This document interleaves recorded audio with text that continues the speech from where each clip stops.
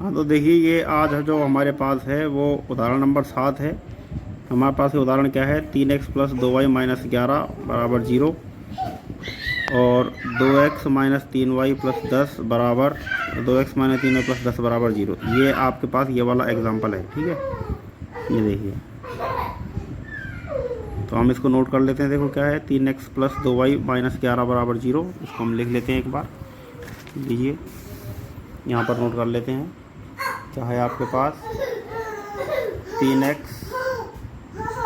और plus 2y और कितना है -11 बराबर 0, ठीक है। और जो अगला है वो है आपके पास 2x माइनस 3y प्लस 10 बराबर 0। अगला जो है समीकरण वो है आपके पास 2x माइनस 3y प्लस 10 बराबर 0। अब हमें क्या करना है, सबसे पहले तो देखो इसकी सारणी बनानी है ना। तो सारणी बनाने के लिए सबसे पहले हम ये समीकरण नंबर 1 को ले लेते हैं। तो क्या आ जाएगा, ये 3x प्लस 2y और माइनस 11 बराबर 0। इसमें हम क्या करते हैं, 3x बराबर और 11 माइनस 2y हो जाएगा। हमने क्या किया, 11 को भी इधर ले गए, 2y को भी इधर ले गए, और x बराबर हो जाएगा कितना, 11 माइनस 2y बटे 3, ठीक है। ये हमारे पास आ जाएगा। तो अब हम इसमें क्या करते हैं, एक एक करके ये सारे के सारे मान रखते हैं। तो देखो सबसे पहले तो जो हम इसमें मान रखेंगे वो एक बार, अब देखो ऐसे मान रखना है जो नीचे 3 से कट जाए। तो जैसे 1 रखोगे आप इसमें, है ना, y बराबर 1 रखोगे तो 11 में से 2 कट जाएंगे, 9 आ जाएंगे। तो सबसे पहले y बराबर 1 रखते हैं। 1 रखने पर, y बराबर 1 रखने पर x बराबर कितना आ जाएगा, 11 माइनस 2 इंटू 0 बटे 11 माइनस 2 इंटू 1 बटे 3, ठीक है। ये कितना आ जाएगा आपके पास, ये आएगा 11 माइनस 2 बटे 3, 11 में से 2 जाएंगे तो 9 बटे 3 और 3 3 9, ये आ जाएगा 3। तो एक सारणी हम बना लेते हैं। देखिए इस तरह से ये आपने सारणी बना ली, ठीक है। इस तरह से आपने एक सारणी बना ली, ये x है, ये y है, ठीक है। तो इस आपने क्या रखा था, देखो y बराबर 1 रखा था और x बराबर आ गया 3, ठीक है। हाँ तो देखिए, अब इसके बाद में जैसे आपने ये रख लिया था, अब इसके बाद में हम अगला जो है वो रखेंगे। ये तो कुछ नहीं है। अब जैसे हम यहाँ पे इस वाले समीकरण में आप और कुछ रख लीजिए। जैसे y बराबर हम रख लेते हैं, आप क्या रखोगे जो नीचे 3 से कट जाए। तो 11 में 2 जोड़ेंगे तब तो हमारे पास 13 आ जाएगा, ठीक है। और 11 में 4 जोड़ेंगे तो 15 आ जाएगा, ठीक है। तो हम इसमें रख लेते हैं पुनः y बराबर, यहाँ पे जो y बराबर है वो क्या रखोगे, y बराबर हम रखते हैं -2 रखने पर।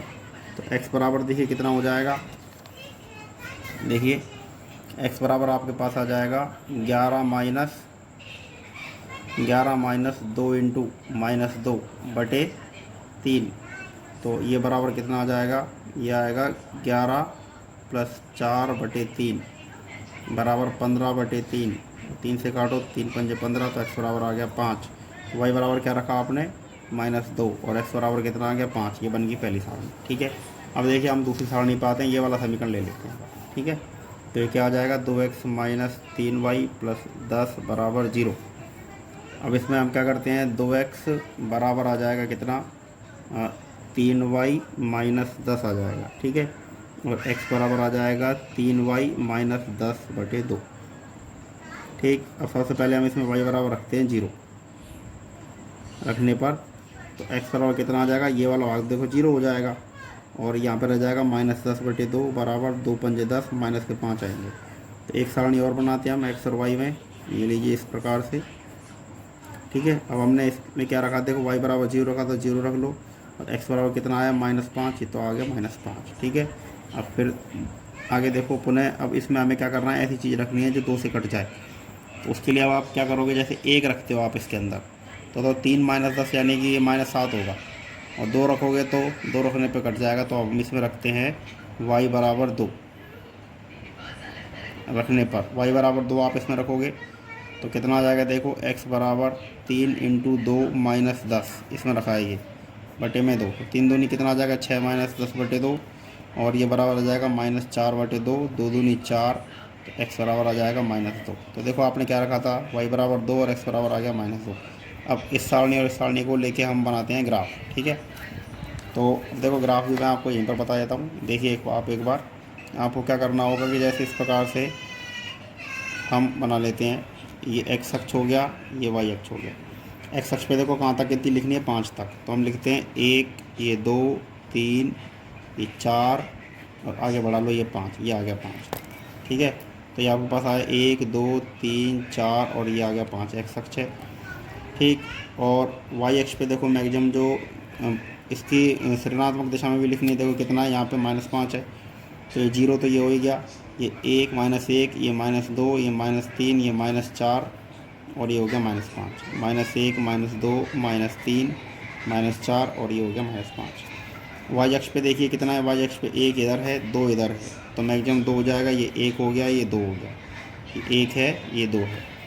और वाई अक्ष पे ऋणात्मक दिशा में -2 है, तो ये -1 हो गया, ये -2, ये -1, ये -2। अब देखो हम ग्राफ बनाते हैं, पहला बिंदु क्या है, 3 और 1, तो x अक्ष पे तो 3 और y अक्ष पे 1, तो ये दोनों यहाँ पर मिल जाएंगे, तो ये बिंदु हो गया आपके पास क्या, 3, 1, ठीक है।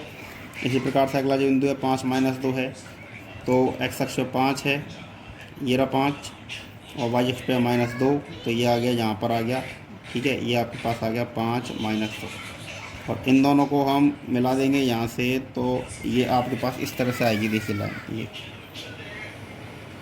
ये इस तरह से मिला लो आप इसमें ना, इन दोनों को मिला दीजिए पहले, और इसको हम इस तरफ ले लेते हैं। आप इसके लिए सहायता से बना लेना इसको इस तरह से, ठीक है।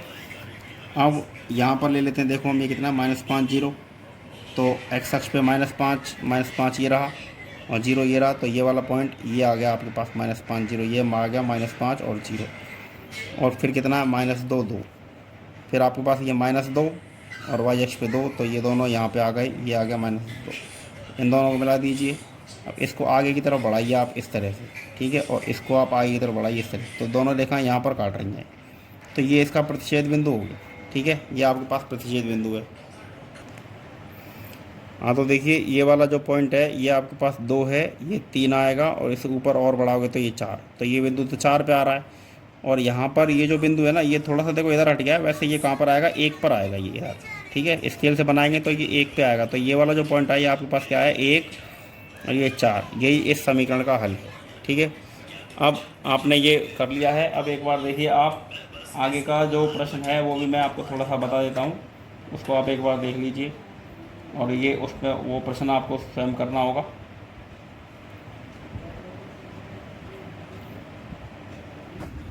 हाँ, तो देखिए अब ये जो समीकरण है ना आपके पास, देखो ये पहला वाला तो मैंने करा दिया आपको, है ना, ये पहला वाला तो हो चुका है।